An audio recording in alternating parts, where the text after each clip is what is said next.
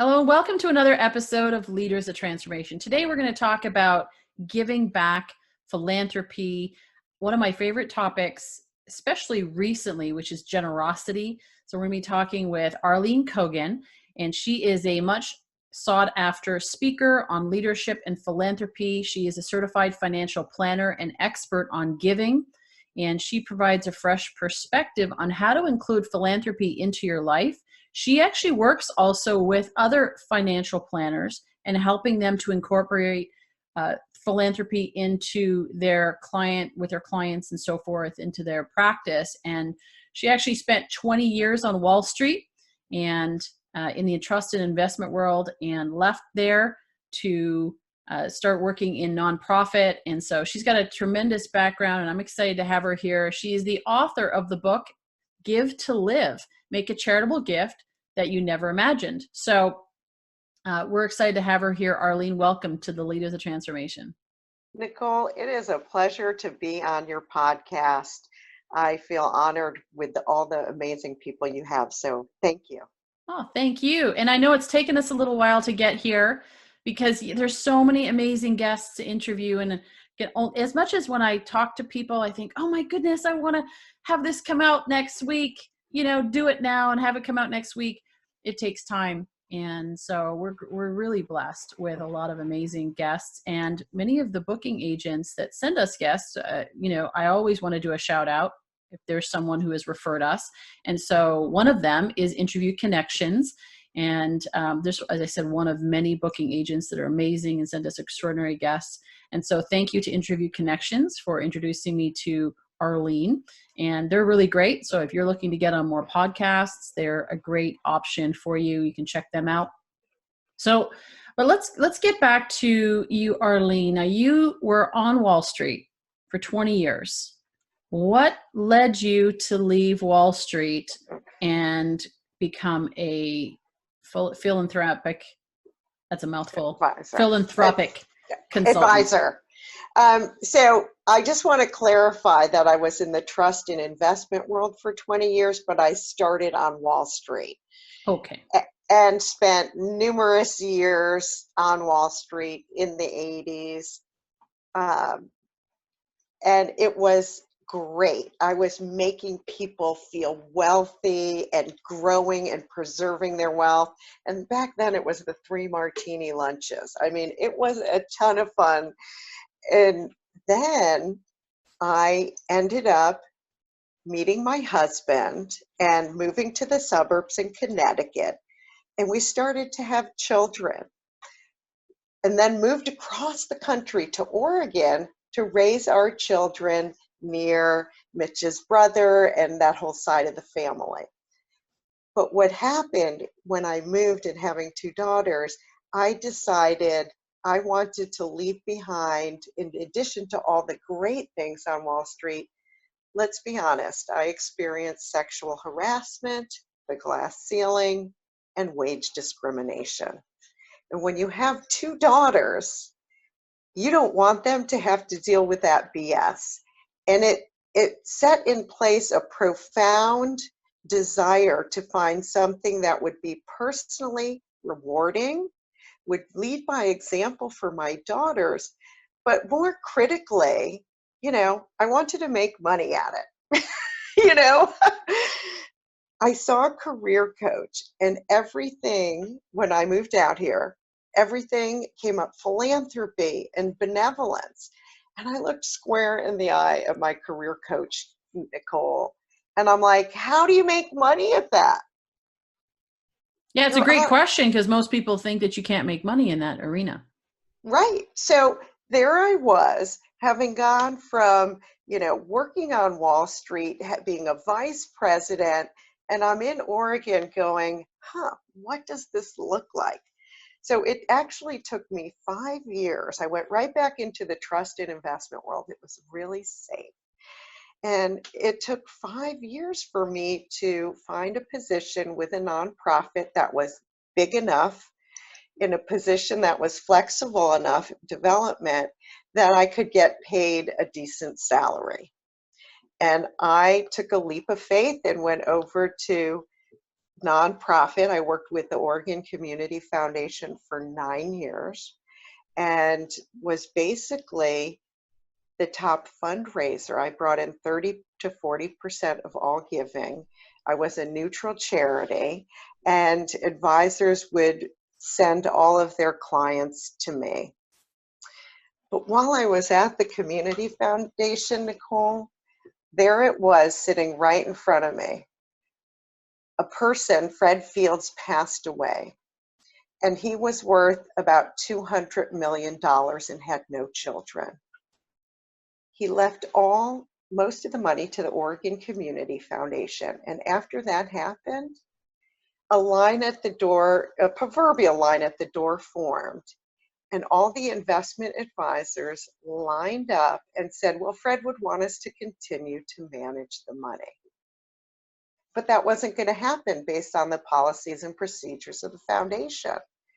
So I thought to myself, there has to be a better way for advisors to continue to manage their clients' money and do philanthropy, which ultimately, when we look at the U.S. Trust study on high net worth individuals, helping your clients with philanthropy is one of the top things advisors want us to do. I mean, our clients want us to do as advisors, and they think we don't do it frequently enough. But if we start to incorporate that philanthropy generationally with our clients, we have the opportunity of retaining the next generations of assets under management.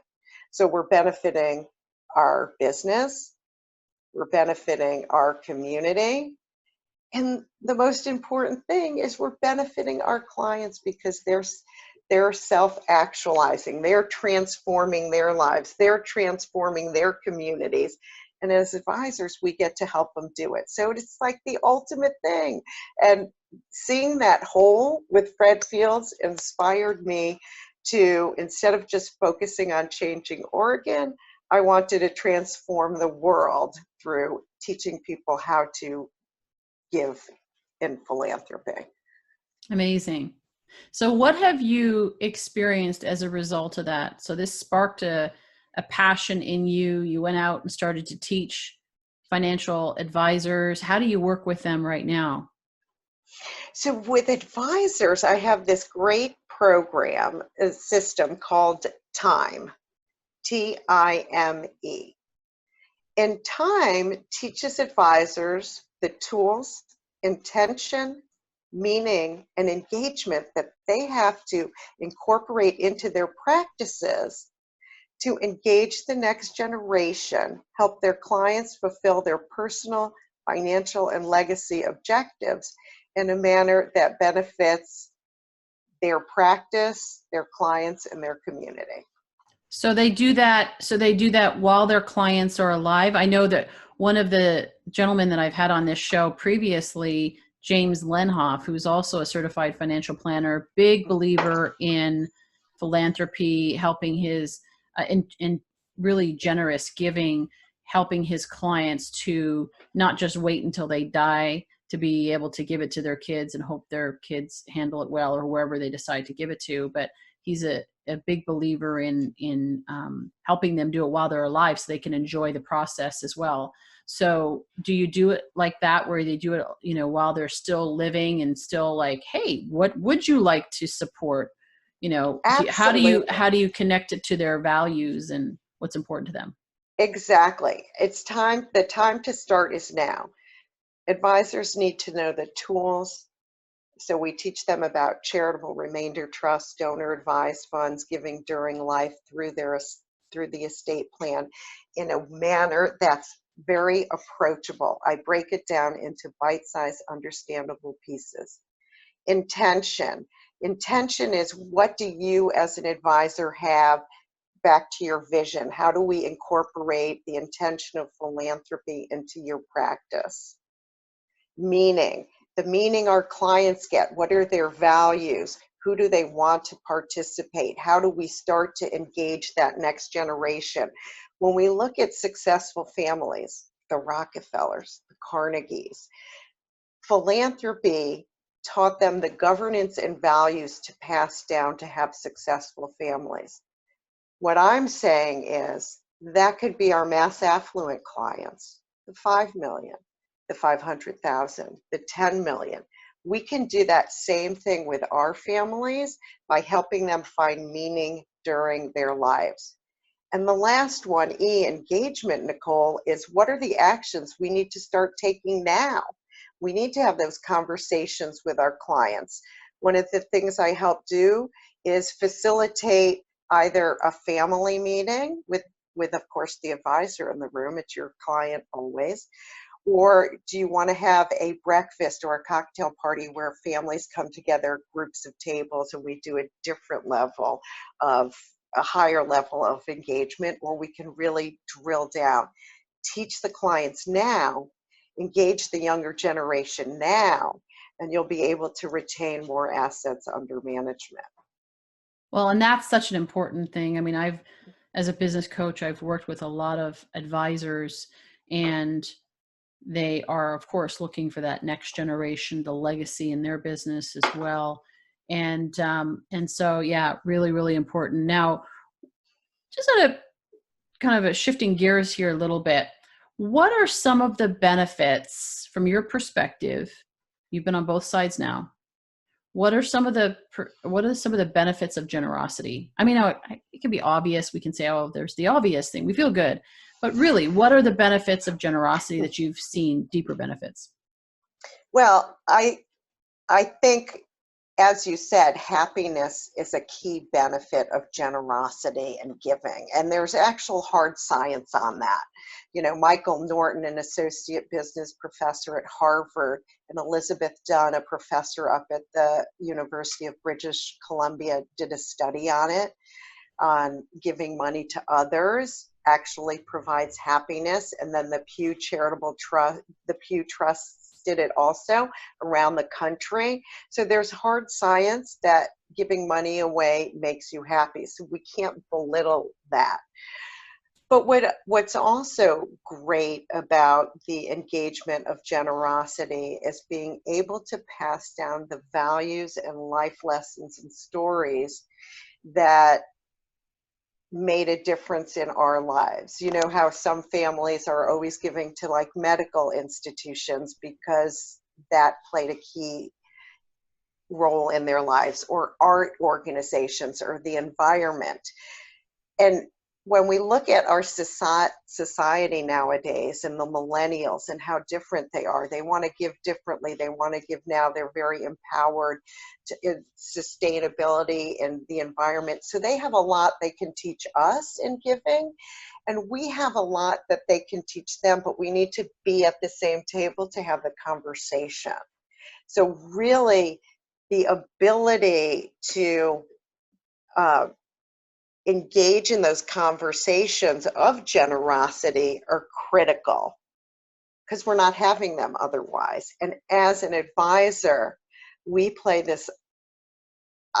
this amazing opportunity to help our clients be generous, because most of them don't think they can be generous. You know, generosity, giving is for the uber wealthy. And what I love, one of the Amazon comments on my book from a person, you know, I don't know, was like, I never thought I could give, and you made giving accessible to me.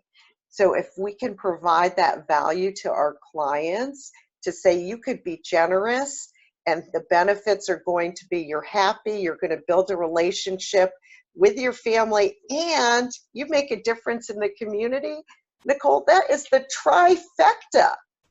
Yes. Yeah, I love what you just said there, making generosity accessible, because certainly, yeah,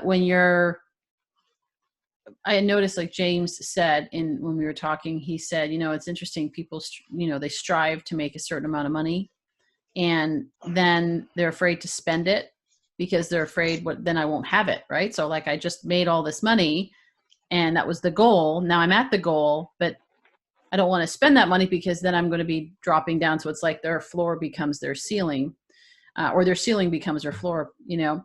And it's important to make it accessible, because I think like in the US, you and I are both in the US, we don't realize how relatively wealthy we actually are compared to the rest of the world. So, I hear people complaining and they're like, oh, my Mercedes broke down again, or even their Toyota, right? Like my car broke down, my phone is, the phone is cracked, I can't believe it's just bugging me, my earbuds, I got to get a new pair of earbuds. Like we complain about these first world problems, and, or I can't believe it, I went to the store, or Amazon, it didn't arrive on time, or the store didn't have what I wanted, didn't have the color that I wanted.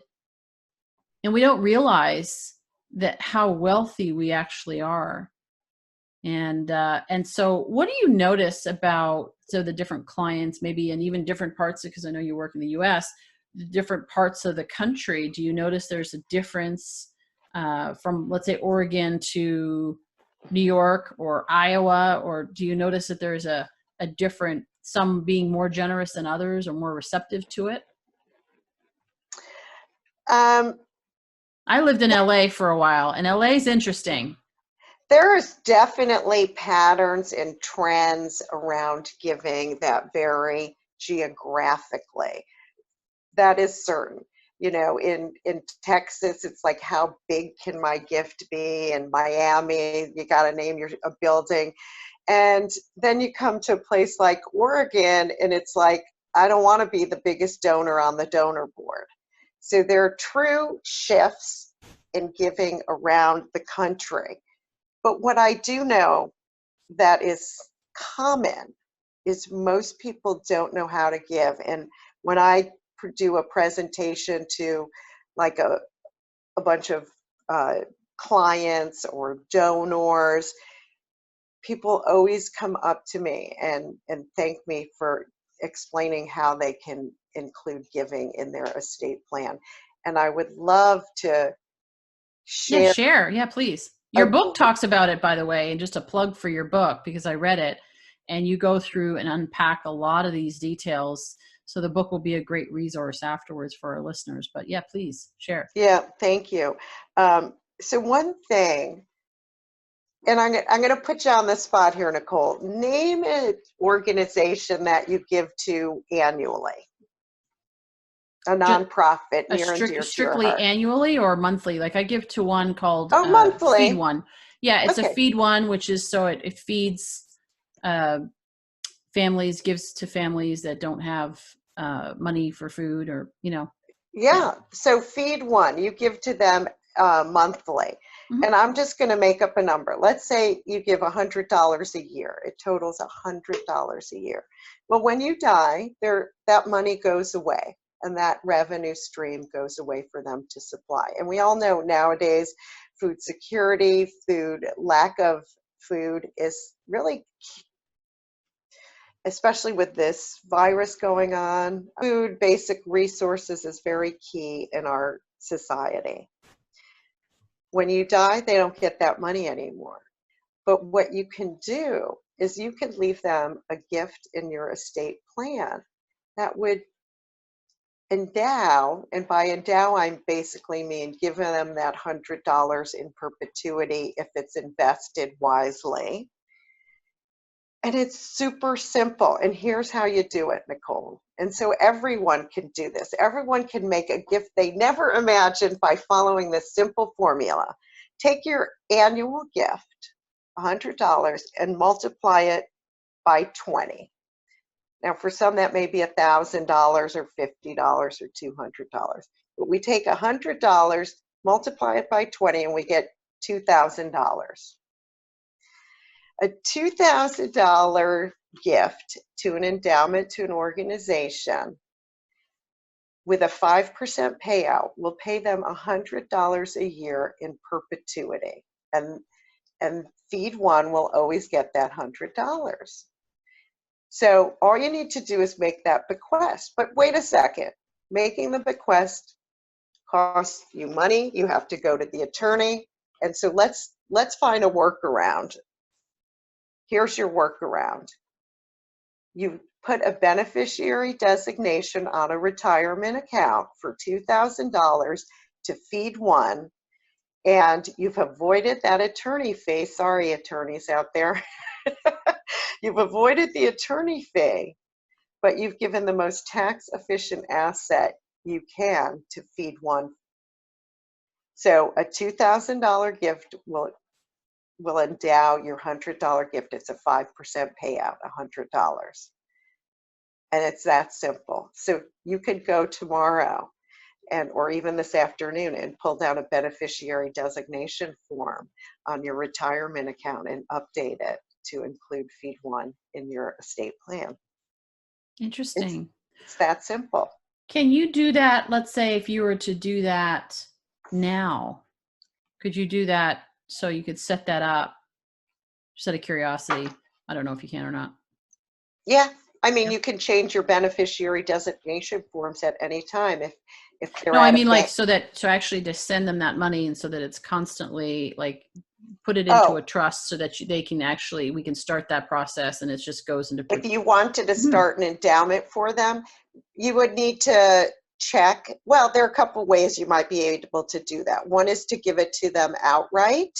And tell them that this is an endowed gift. Now, they might not be large enough to have an investment policy and be able to manage that. So if they don't, another way would be to reach out to a community fund, a community foundation, possibly even whether it be local or a large institution, and create a designated fund that would pay out that 5% every year to them. So that's two ways you could do it. Interesting. Thank you. Yeah, You're thank you for welcome. that. Yeah, and as I said, your book is really, really practical. I love that about it because it really breaks down the different ways that you can do this. And so I love that. So out of curiosity, what are some of the charities that are most important to you? You have two daughters, you talk about the legacy that you want to leave for them. So what's most important for you? What do you support the most? So my giving is in 4 categories. And first, it's women's issues. I've experienced a lot in my years of career. Certainly want women to have access to health care. So Planned Parenthood usually fills that one first and foremost. The second category is my Jewish community. That's near and dear to my heart. The third category and fourth category are smaller, but still very important. The environment and mental health. Got it. Yeah, thank you. Yeah, I'm always curious because you talk about values, right? It's your core values, what's important to you and how that plays out.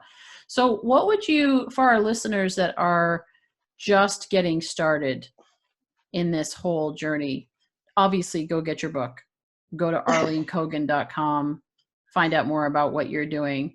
Right. But where do they begin this journey? Let's say their financial planner doesn't know anything about this, all these options.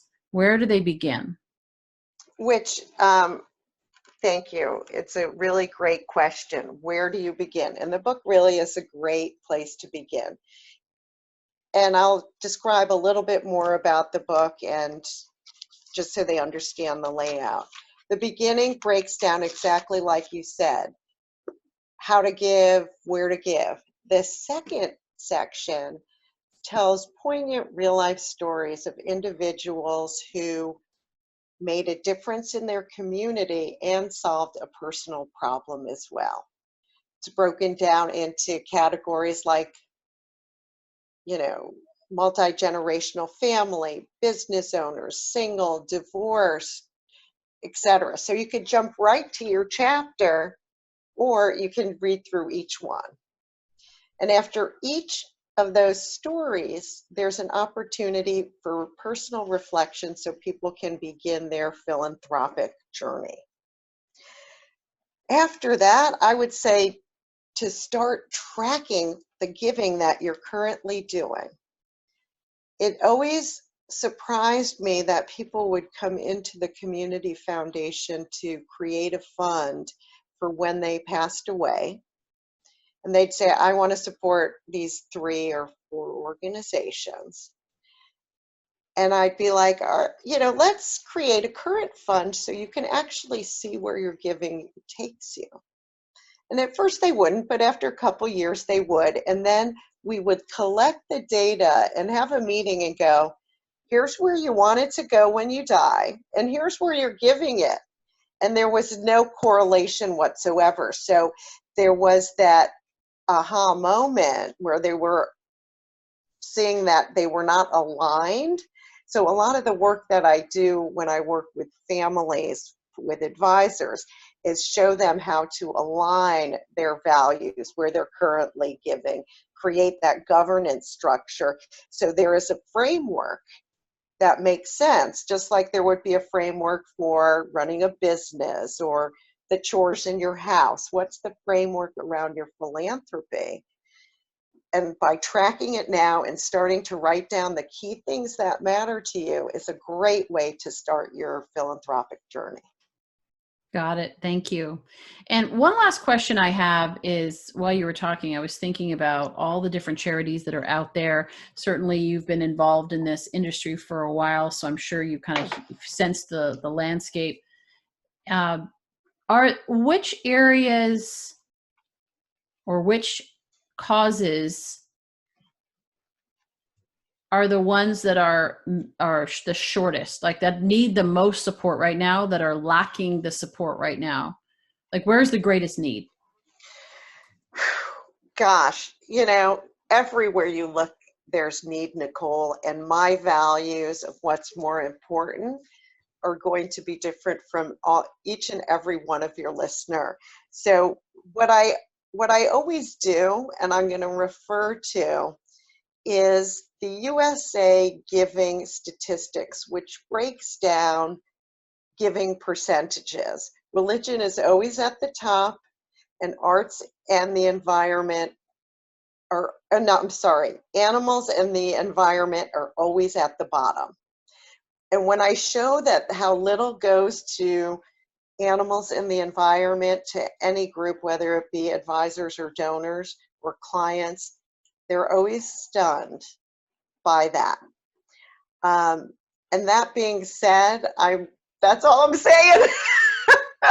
Yeah, no, that's interesting. That's why I was kind of hoping, do you, if you know that, like, what are the, where does it break down? So yeah, religious organizations, I can see there's a lot of talk about. Then education. And what I can do is I can actually send you the chart that you could post for people. That'd be fantastic. Yeah, we'll put that in the notes. That is great. Yeah, thank you. So what about companies? Combining purpose, profit, philanthropy. What do you recommend for companies that are like, these as individuals working with financial advisors, but now let's talk about companies. So I said that was the last question. Actually, this is the last question. Maybe. Maybe. That's okay. I'm happy to stay on as long as you like. So, the benefits to companies are similar to the benefits as the philanthropy is to individuals. So when I'm a business owner, and whether it be an advisor or a grocery store, gas station, when you're supporting your community, right? You're helping the Little League or, the soccer team. People notice that, and you're making your community stronger. And so one, it's driving more business to you because your name is out there and it's visible. Two, you're going to have more fulfilled and satisfied employees because you're making a difference beyond their work life. You are, maybe it's a day of, we help clean the park or the kids' school, whatever it is, that is building empowerment. Your employees are going to be more satisfied, particularly, once again, when we look at our millennials, they are driven by having a purpose and finding meaning. And if it's BS to them, they call it. So I think this is a way to help engage millennials by saying, our business, we care about our community and we want to have caring people like you. So it's a great way to attract new millennials because you're making a difference. And I think ultimately, when you're helping the community, you have employees who are happy, you're going to have a much more productive company because you can write that. I mean, why is this part of our mission or vision statement as a company? What's our philanthropic piece? How do we want to be acknowledged and remembered?